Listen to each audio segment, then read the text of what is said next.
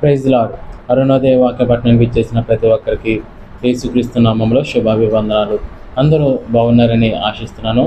ఈరోజు అరుణోదయ వాక్య పట్టణంలో అపొస్తలుడైన పౌలు తిమోతికి రాసిన మొదటి పత్రిక 5వ అధ్యాయము 6వ అధ్యాయము దేవుని యొక్క వాక్య పట్టణం చేద్దాం. ప్రార్థన చేసుకుని ఈ యొక్క కార్యక్రమాన్ని మనం ప్రారంభించుకుందాం. ప్రార్థన.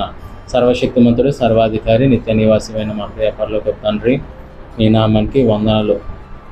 90వ రోజుకి ఈ యొక్క కార్యక్రమాన్ని మీరు ప్రేమించి ఆదరించి నడిపిస్తున్న విధానానికే స్తోత్రము తండ్రి. ఈ దినము వాక్యము పఠనం చేయుచుండగా ప్రభా, మీ తోడు, మీ సహాయము మాకు అనుగ్రహించమని అడుగుతున్నాం తండ్రి. వాక్యము చదవడం ద్వారా మాలో ఉన్న తప్పులను మాకు చూపించి మమ్మల్ని మేము సరి చేసుకునే కృప భాగ్యము అందరికీ దయచేయమని అడుగుతూ సమస్తమును మీ చేతులుగా పెంచుంటూ మా ప్రియుడు రక్షకుడైన యేసుక్రీస్తు నామములో ఈ ప్రార్థన సమర్పిస్తున్నాం తండ్రి. ఆమేన్. అపొస్తలుడైన పౌలు తిమోతికి రాసిన మొదటి పత్రిక 5వ అధ్యాయము. వృద్ధుణ్ణి గద్దింపక తండ్రిగా భావించి అతన్ని హెచ్చరించుము. అన్నదమ్ములని, యవనములను, తల్లులని, వృద్ధ స్త్రీలను, అక్క చెల్లెండ్రని పూర్ణ పవిత్రతతో యవన స్త్రీలను హెచ్చరించుము. నిజముగా అనాథులైన విధవరాండ్రను సన్మానింపుము. అయితే ఏ విధవరాలికైనను పిల్లలు గాని మనమలు గాని ఉండిన ఎడల వీరు మొదట తమ ఇంటివారి ఎడల భక్తి కనుపర్చుటకును తమ తల్లిదండ్రులకు ప్రత్యుపకారము చేయుటకును నేర్చుకునవలెను. ఇది దేవుని దృష్టికి అనుకూలమై ఉన్నది. అయితే నిజముగా అనాథైన విధవరాలు ఏకాకి అయ్యుండి దేవుని మీదనే తన నిరీక్షణ నుంచుకొని విజ్ఞాపనలయందును ప్రార్థనలయందును రేయింబగులు నిలకడగా ఉండును. సుఖభోగములయందు ప్రవర్తించున్నది బ్రతుకుచుండియు చచ్చినదయుండును. వారు నిందారహితులై ఉండునట్లు ఇలాగూ ఆజ్ఞాపించుము.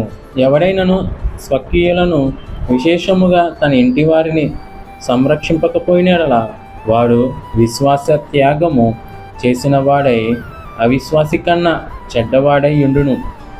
60 ఏండ్ల కంటే తక్కువ వయసు లేక ఒక్క పురుషునికే భార్య అయి సత్క్రియలకు పేరు పొందిన విధవరాలు పిల్లలను పెంచి పరదేశులకు ఆతిథ్యమిచ్చి పరిశుద్ధుల పాదములు కడిగి శ్రమపడు వారికి సహాయము చేసి ప్రతి సత్కార్యము చేయ పూనుకొనిదైతే ఆమెను విధవరాండ్ర లెక్కల్లో చేర్చవచ్చును. యవనస్తులైన విధవరాండ్రను లెక్కల్లో చేర్చవద్దు. వారు క్రీస్తునకు విరోధముగా నిరంకుశులైనప్పుడు తమ మొదటి విశ్వాసమును వదులుకొనరని తీర్పు పొందిన వారై పెండ్లారగోర్దురు.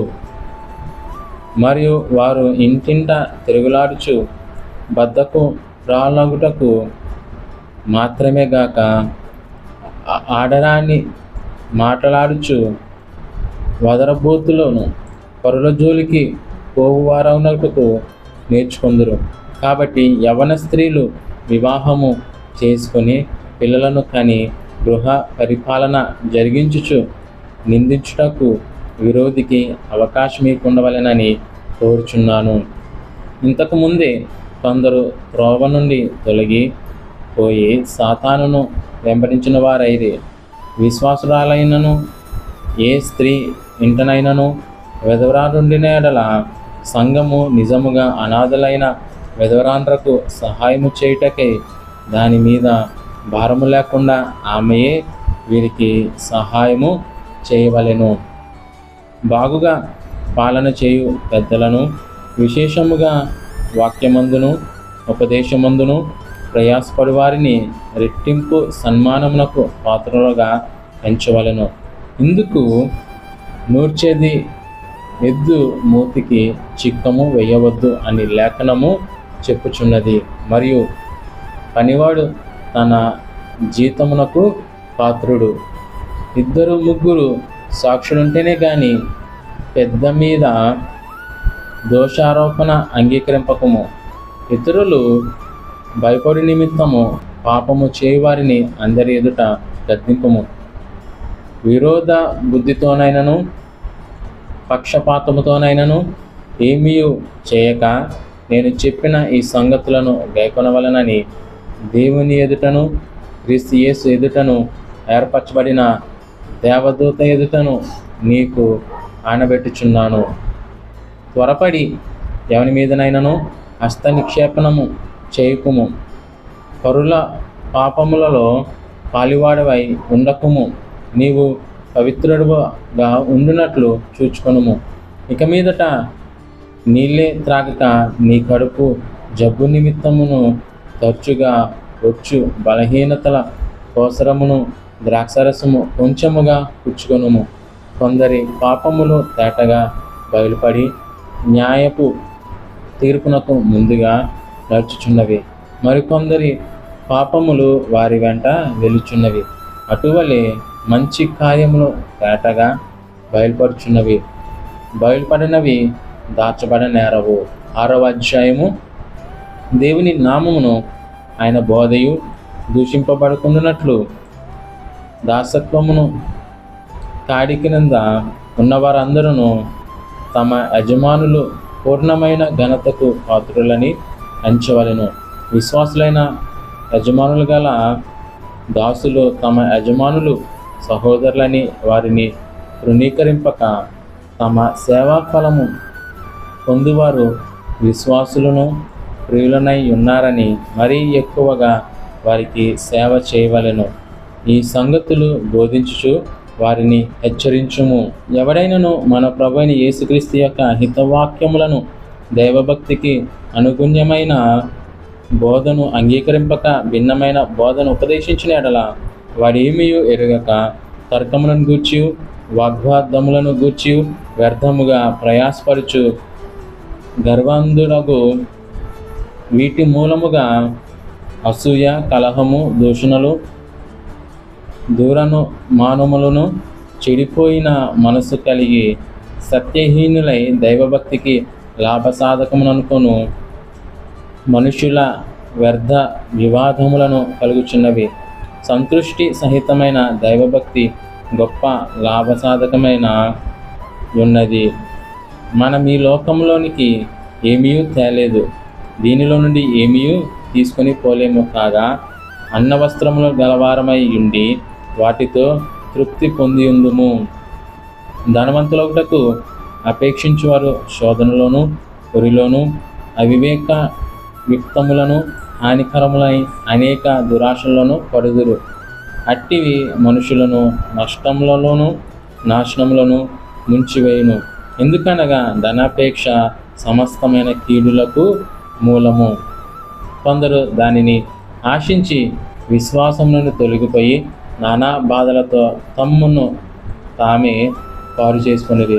దైవజనుడా, నీవైతే వీటిని విసర్జించి నీతిని, భక్తిని, విశ్వాసమును, ప్రేమను, ఓర్పును, సాత్వికమును సంపాదించుకున్నటకును ప్రయాసపడుము. విశ్వాస సంబంధమైన మంచి పోరాడము. నిత్య జీవమును చేపట్టుము. దాన్ని పొందుటకు నీవు పిలువబడి అనేక సాక్షుల ఎదుట మంచి ఒప్పుకొంటివి. సమస్తమునకు జీవాధారకుడైన దేవుని ఎదుటను పొంతి పిలాతునొద్ద ధైర్యముగా ఒప్పుకొని సాక్ష్యమిచ్చిన క్రీస్తు యేసు ఎదుటను మన ప్రభువైన యేసుక్రీస్తు ప్రత్యక్షమగు వరకు నీవు నిష్కలంకముగాను అనింద్యముగాను నీ ఆజ్ఞను గైకొనవలనని నీకు ఆజ్ఞాపించుచున్నాను. శ్రీమంతుడును అద్వితీయుడు నాకు సర్వాధిపతి యుక్తకాలములందు ఆ ప్రత్యక్షతను కనుపర్చును. ఆ సర్వాధిపతి రాజులకు రాజును ప్రభువులకు ప్రభువునై ఉన్నాడు. సమీపింపరాని తేజస్సులో ఆయన మాత్రమే వసించుచు అమరత్వం గలవాడనై ఉన్నాడు.